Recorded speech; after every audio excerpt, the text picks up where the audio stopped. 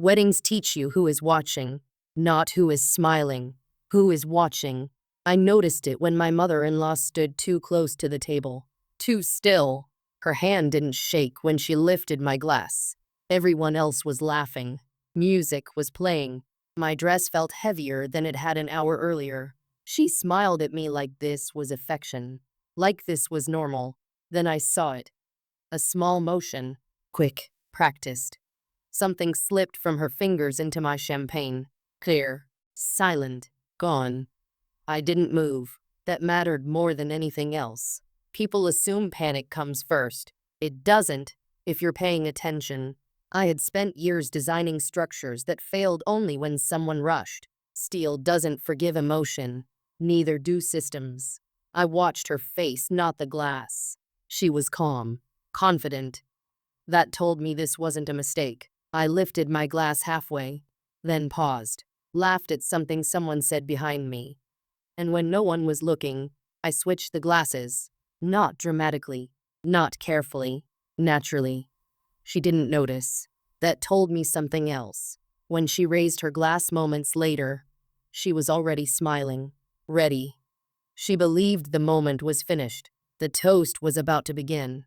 Everyone stood. My husband squeezed my hand. I squeezed back, and I smiled at her. Not because I was brave, because I understood something she didn't. She thought this was the end of the story. But real damage doesn't happen in public. It happens when people are too confident to check their own work. Evelyn raised her glass first. That was always her way. Lead. Control the timing. Decide when people looked. Daniel stood beside me, smiling for the room. My husband was good at that. He trusted the schedule, trusted his family. I watched Evelyn instead. Her eyes moved once, quick, checking my hand, my glass. She saw what she expected to see. That was the problem. The music lowered. Chairs scraped back. Someone tapped a fork against crystal. Evelyn cleared her throat. She spoke about tradition, about family legacy, about welcoming me into their world. She used my name once, Anna, carefully, like a formality. I kept my posture relaxed, shoulders down, smile in place. People mistake stillness for ignorance. They confuse silence with fear. I had learned the difference early in my career, when contractors rushed pores, when inspectors missed hairline cracks that later cost millions. Small things matter when no one thinks they do. Evelyn lifted her glass higher. She turned slightly so the light caught it, so everyone could see. "To new beginnings," she said. Daniel leaned closer to me. He whispered, "You okay?" I nodded. Once. Evelyn drank. Not all of it.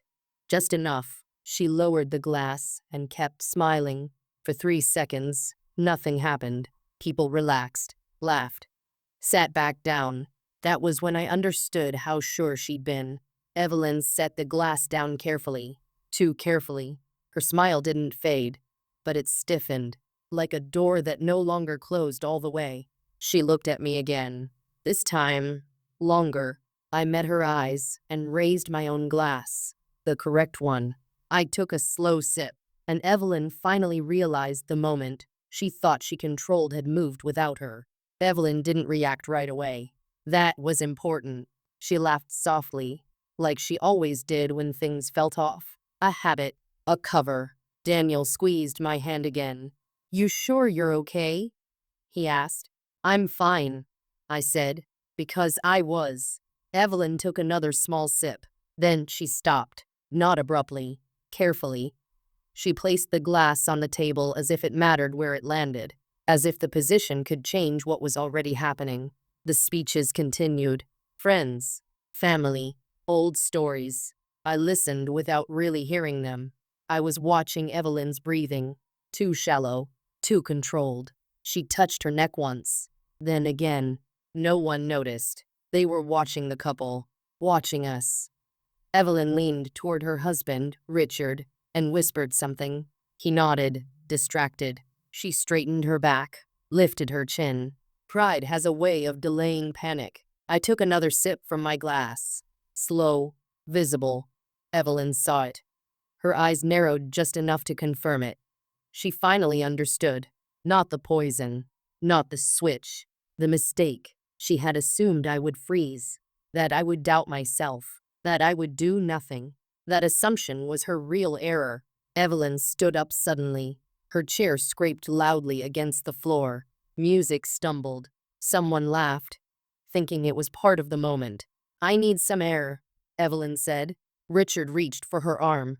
She shook him off. "I'm fine," she snapped. The first crack. She took one step, then another. Her heel caught, just slightly. She grabbed the table to steady herself. Silverware rattled. Daniel turned to look at her, concern finally breaking through his smile. "Mom?"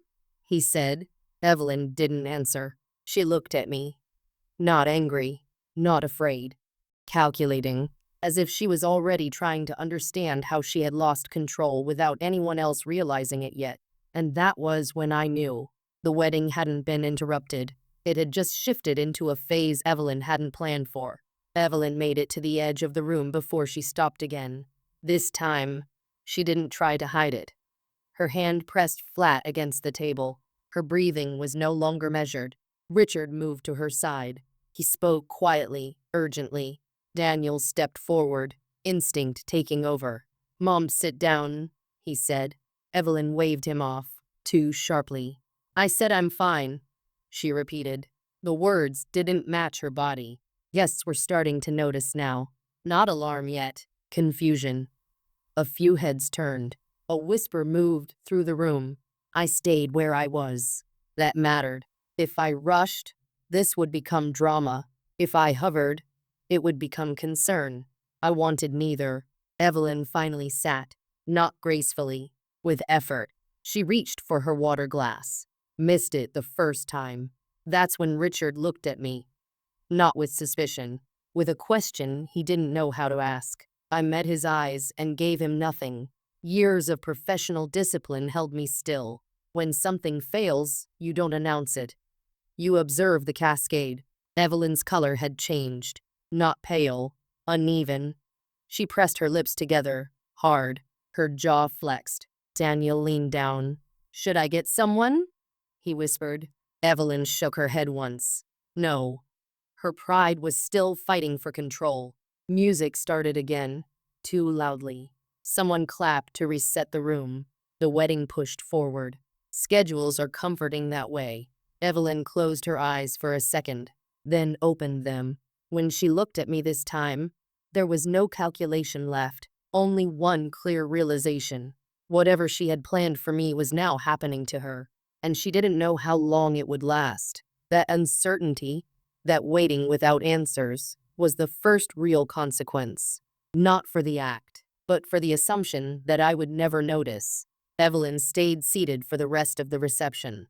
That alone changed the room. She was never the kind of woman who sat through anything. She directed, corrected, adjusted. Now she watched. Her hands stayed folded in her lap, too tight. Richard kept glancing at her, then at Daniel, then back again. He didn't ask questions. He'd learned not to. Daniel tried to return to the celebration. He danced when people pulled him in. He laughed when they expected him to, but his eyes kept drifting back to his mother. I noticed that too. I also noticed what didn't happen. No doctor, no announcement, no dramatic exit. Evelyn refused all of it. She sipped water carefully, counted her breaths, waited. Waiting can be worse than pain. I knew that from projects stalled by hidden faults. The not knowing eats at you. At one point, Evelyn leaned toward Richard and whispered, "This isn't over." I heard her. She wasn't threatening me. She was reassuring herself. I took another slow drink from my glass. Still the correct one. Evelyn watched me do it. Every swallow, she was trying to measure time, to compare symptoms, to calculate dosage. That was the moment I felt almost sorry for her. Almost. Because she still didn't know what I knew.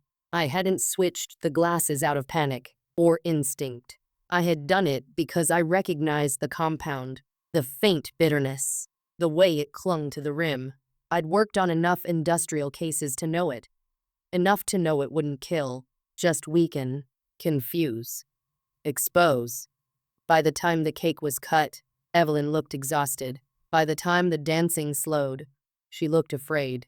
And when the guests finally began to leave, she was no longer watching me. She was watching the doors. Because somewhere deep down, Evelyn understood this wasn't a moment anymore.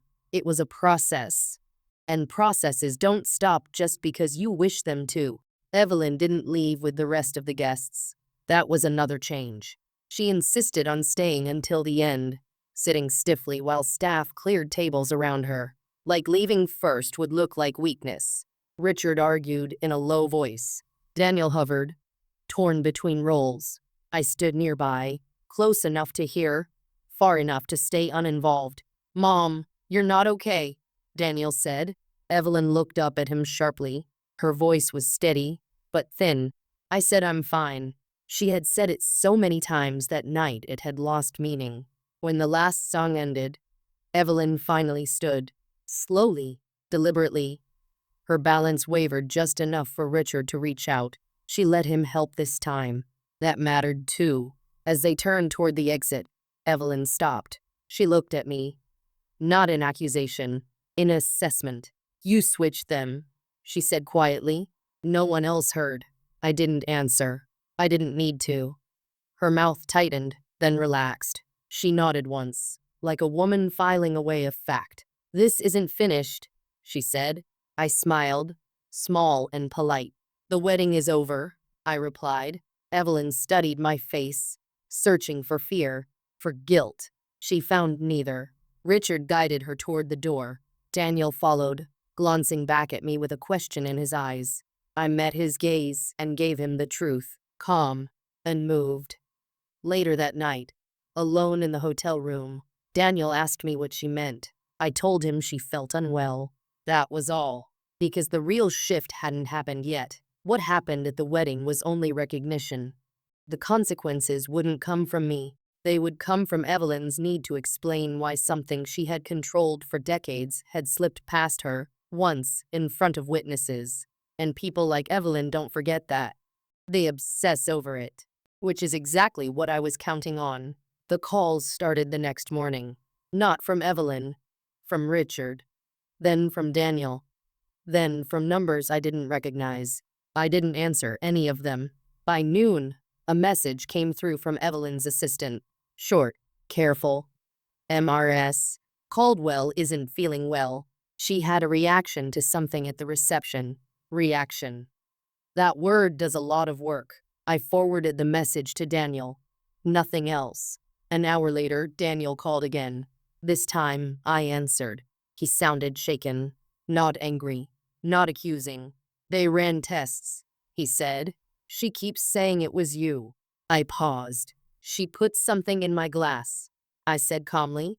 I switched them. Silence. Then, why didn't you tell me? Because you wouldn't have believed me, I said. And because stopping her wasn't the point. Daniel didn't argue. That told me everything. Evelyn never filed a report. Never pushed it further. She couldn't. Anything official would have required explanations. About access. About intent. About why she was close enough to my glass in the first place. Instead, she stayed home. Canceled appearances.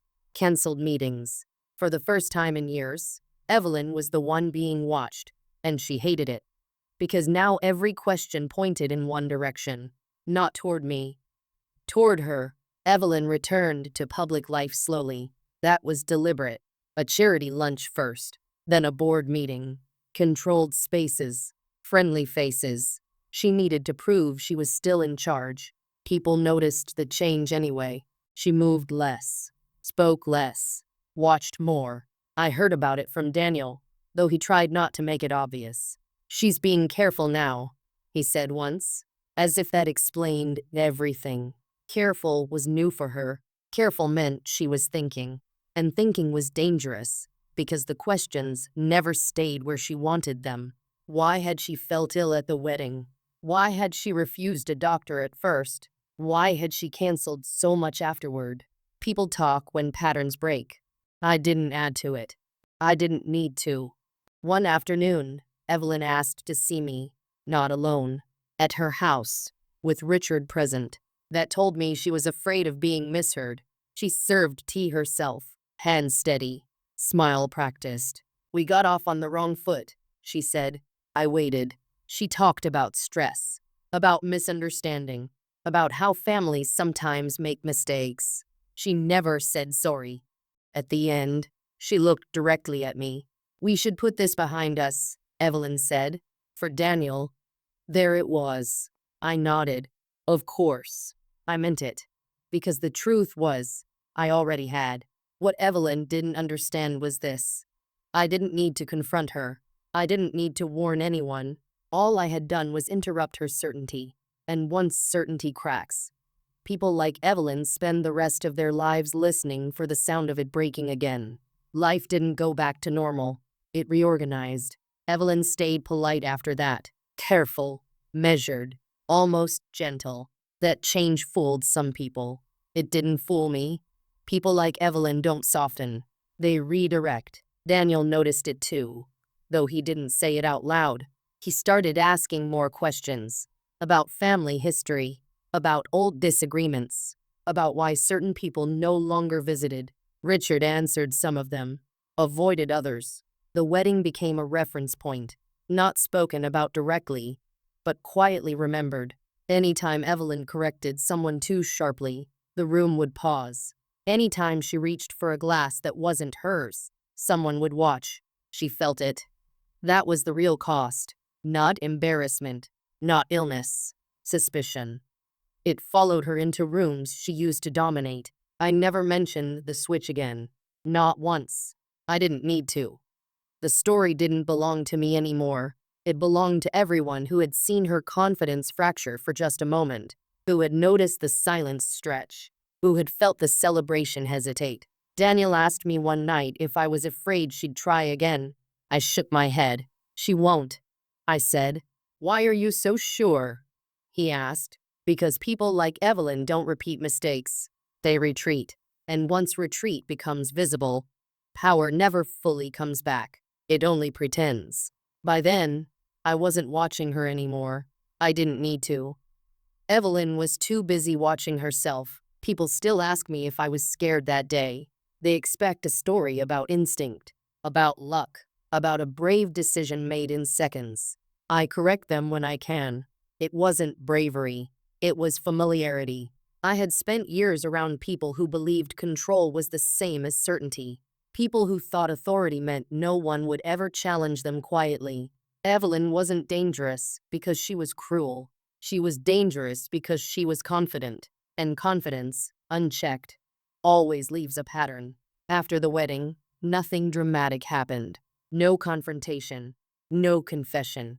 Evelyn remained respected, invited, listened to. But something subtle had changed. People paused around her now. They noticed her timing. They noticed her hands. Daniel noticed most of all. He became more observant, more careful about what he accepted at face value. That was never my goal, but it was the result. Evelyn never tried to harm me again. She never needed to. What she lost that night wasn't control over me. It was control over certainty. And certainty is the foundation people like her build everything on. When it cracks, they don't collapse. They adjust. They shrink. They guard.